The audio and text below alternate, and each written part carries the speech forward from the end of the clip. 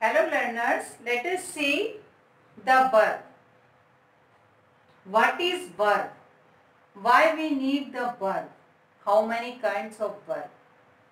Verb क्या है? verb कितने प्रकार के होते हैं? verb की जरूरत हमें क्यों होती है? ठीक है, पार्ट्स ऑफ स्पीच में आपको ये फोर्थ पार्ट में आपको बता रही हूँ। इससे पहले नाउन प्रोनाउन बता चुकी हूँ, ये थर्ड पार्ट है, सॉरी फोर्थ नहीं। अब हम जानेंगे कि वर्ब है क्या। Verb is the word which says something about the subject. Verb वो वर्ड होता है, वो शब्द होता है जो हमें सब्जेक्ट के बारे में कुछ भी बताता है कि सब्जेक्ट क्या कर रहा है। The word that express some action feeling. ये जो वर्ड होते हैं जिनको हम वर्ब कहते हैं वो एक्शन में भी होते हैं और फीलिंग में भी होते हैं। सपोज मान लीजिए हम अपने बेड पर लेटे हुए हैं और हम मेंटली कुछ सोच रहे हैं, हम वर्ब तो तब भी कर रहे हैं, एक्शन वर्ब। हम तब भी दिमाग में कुछ सोच रहे हैं, कुछ बैठ के फीलिंग कर रहे हैं, वो भी हमारे वर्ब में ही आएगा। लेकिन कुछ एक्शन वर्ड भी होते हैं जो हम फिजिकली करते हैं, तो उन की जरूरत हमें क्यों पड़ती है, अब हम ये जानेंगे। पहले आप देख लीजिए एग्जाम्पल, लॉइन रोर, लॉइन शेर दहाड़ता है, बॉयज फ्लाई द काइट, बच्चे या लड़के पतंग उड़ाते हैं। तो यहाँ पर आप देखिए ये रोर और फ्लाई ये दोनों ही वर्ब बोले जाएंगे। यहाँ पर हम विदाउट ऑब्जेक्ट आपको दिखा रहे हैं, लॉइन रोर, लॉइन रोर यहाँ दहाड़ रहा है, ठीक है। और यहाँ पर बॉयज फ्लाई भी एक सेंटेंस है, लेकिन यहाँ ऑब्जेक्ट के साथ में है द काइट, बच्चे पतंग उड़ाते हैं, ठीक है। तो हमें जरूरत क्यों पड़ती है, जब भी हम कोई किसी के बारे में जब भी कोई बात करते हैं तो हम उसके कि वो क्या कर रहा है क्या नहीं कर रहा है ये जरूरी है। तो जो भी हम सब्जेक्ट के बारे में कहते हैं, what we say something about the subject called the verb. तो जो भी वो कर रहा है, जो भी उसकी एक्टिविटी है, उसको शो करने के लिए हमें वर्ब की जरूरत पड़ती है। Why we need the verb? Verb because complete the sentence with action और फीलिंग, ठीक। अब काइंड्स ऑफ वर्ब, वर्ब के काइंड्स कितने होते हैं? वर्ब के मेन काइंड यहाँ मैं आपको दो ही अभी बता रही हूँ, नेक्स्ट वीडियो में आपको डिटेल में और बताऊंगी। फिलहाल आप इसमें देखिए आपके ट्रांजिटिव वर्ब और इंट्रांजिटिव वर्ब, ठीक है। पहला है ट्रांजिटिव वर्ब, जिसको आप हिंदी में क्या बोलते हैं? सकर्मक क्रिया। सकर्मक यानी जिसमें की ऑब्जेक्ट इंक्लूड होता है, सकर्मक, कर्म के साथ में होना, यानी हमारे सेंटेंस में सब्जेक्ट होगा, वर्ब होगी और साथ में ऑब्जेक्ट भी होगा। A verb that needs an object to make complete sense is called transitive verb. तो यहाँ पर आपका that need an object, यहाँ पर हमें ये ट्रांजिटिव वर्ब कहलाता है। जिस सेंटेंस को, जिस वर्ब से हमारा कोई सेंटेंस का मीनिंग या सेंस कंप्लीट होता है और उसमें एन ऑब्जेक्ट की जरूरत पड़ती है, एक ऑब्जेक्ट की जरूरत पड़ती है, उसको हम ट्रांजिटिव वर्ब कहते हैं, सकर्मक क्रिया कहते हैं।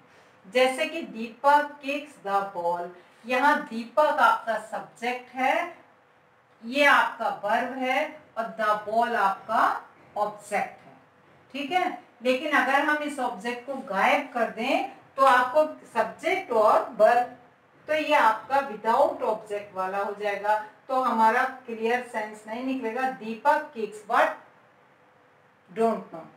दीपक ने किक किया, क्या किया? दीपक किक करता है, क्या करता है पता नहीं, लेकिन यहाँ पर कंप्लीट सेंस के लिए Deepak kicks the ball, it is complete sense.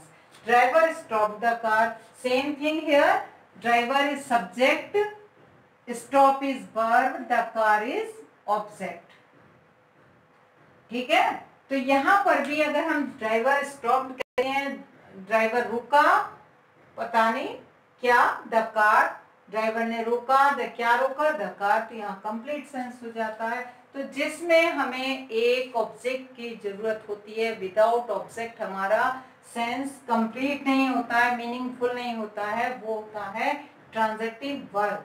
इसको हिंदी में सकर्मक क्रिया, जिसमें कर्म सा मीन्स होना, जिसमें कंप्लीट सेंस के लिए हमें एक ऑब्जेक्ट की जरूरत पड़ती है। Hope you have understood.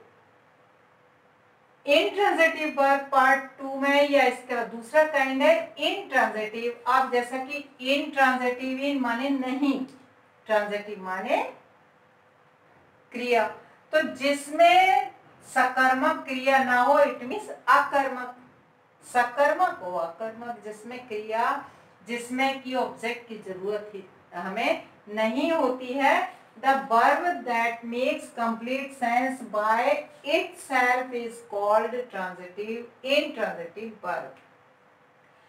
जिस वर्ब में सेंस को कंप्लीट करने के लिए जो without object itself is called the, इसमें जो सेंटेंस होता है वो अपने आप में ही कंप्लीट होता है, उसमें हमें ऑब्जेक्ट की जरूरत नहीं होती है, वो हमें मतलब एक मीनिंगफुल सेंस बता देता है, called the intransitive verb. As Akram weeps, Akram रोता है। ठीक है, यहाँ पे अक्रम क्या है, ये आपका सब्जेक्ट है और वीप आपका वर्ब है, क्योंकि ये सिंगुलर है, यहाँ पर एस का यूज हो गया है। दैट नेक्स्ट है आपका हर्षिता स्लीप्स। हर्षिता सब्जेक्ट है और स्लीप्स आपका ये भी वर्ब है, और हर्षिता सिंगुलर है इसलिए यहाँ पर भी एस लगा हुआ है। Same thing cocks, crow. Cocks आपका सब्जेक्ट है और क्रो आपका वर्ब है। यहाँ पर एक क्रॉक्स है इसलिए यहाँ पर एस का यूज नहीं हुआ है। तो यहाँ पर ये मीनिंग ये इंक्लूड करते हैं, सेम सेंस को बता रहे हैं। अकरम रोता है, हर्षिता सोती है और मुर्गे कूकते हैं या भाग देते हैं, क्रो करते हैं।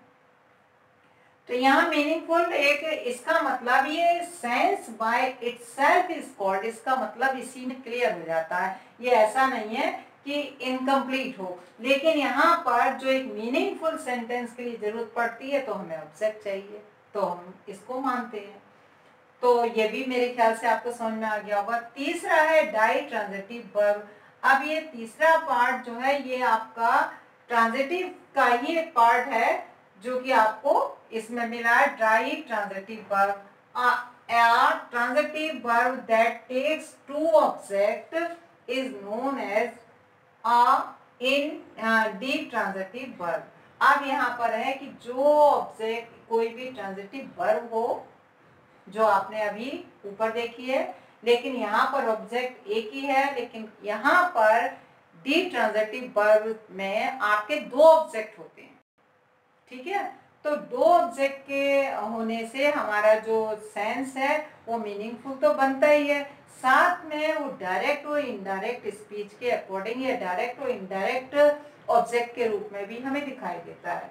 Just like Mrs Verma taught me English, यहाँ पर एक ऑब्जेक्ट है आपका मी और दूसरा ऑब्जेक्ट है इंग्लिश। वन ऑब्जेक्ट ये हो गया और दूसरा ऑब्जेक्ट ये हो गया। ठीक है, तो इसके लिए आपको ये दोनों ही ऑब्जेक्ट कहलाएंगे। तो यहाँ पर मी जो है ये इनडायरेक्ट ऑब्जेक्ट है, मिसेस वर्मा ने इंग्लिश मुझे पढ़ाई, ये इनडायरेक्ट ऑब्जेक्ट में ये आपका मी आ गया, और इंग्लिश मिसेस वर्मा ने मुझे इंग्लिश पढ़ाई, तो ये आपका इंग्लिश जो है ये डायरेक्ट ऑब्जेक्ट है।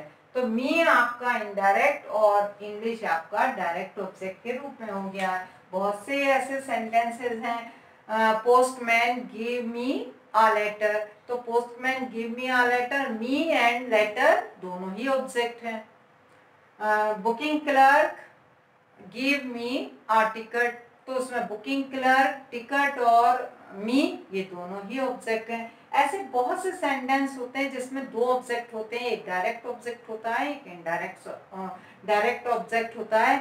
ऐसे वर्ब को हम बी ट्रांजिटिव वर्ब कहते हैं।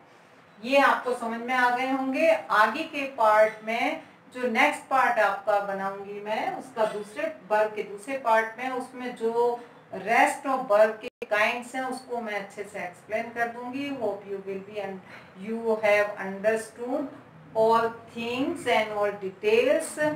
जैसा भी है आपको समझ में आ रहा है तो डिस्क्रिप्शन बॉक्स में मैं लिंक डाल देती हूँ, तो उसमें आप देख सकते हैं जो भी वीडियोस मिस हो गई हैं। और सब्सक्राइब करना प्लीज़ मत भूलिए, वो तो बनता है कम से कम। तो आप इसको देख लीजिए। अगर कोई आपको जानकारी चाहिए, कोई डाउट्स क्लियर करने हैं, वो भी आप कमेंट बॉक्स में डाल सकते हैं। Thank you.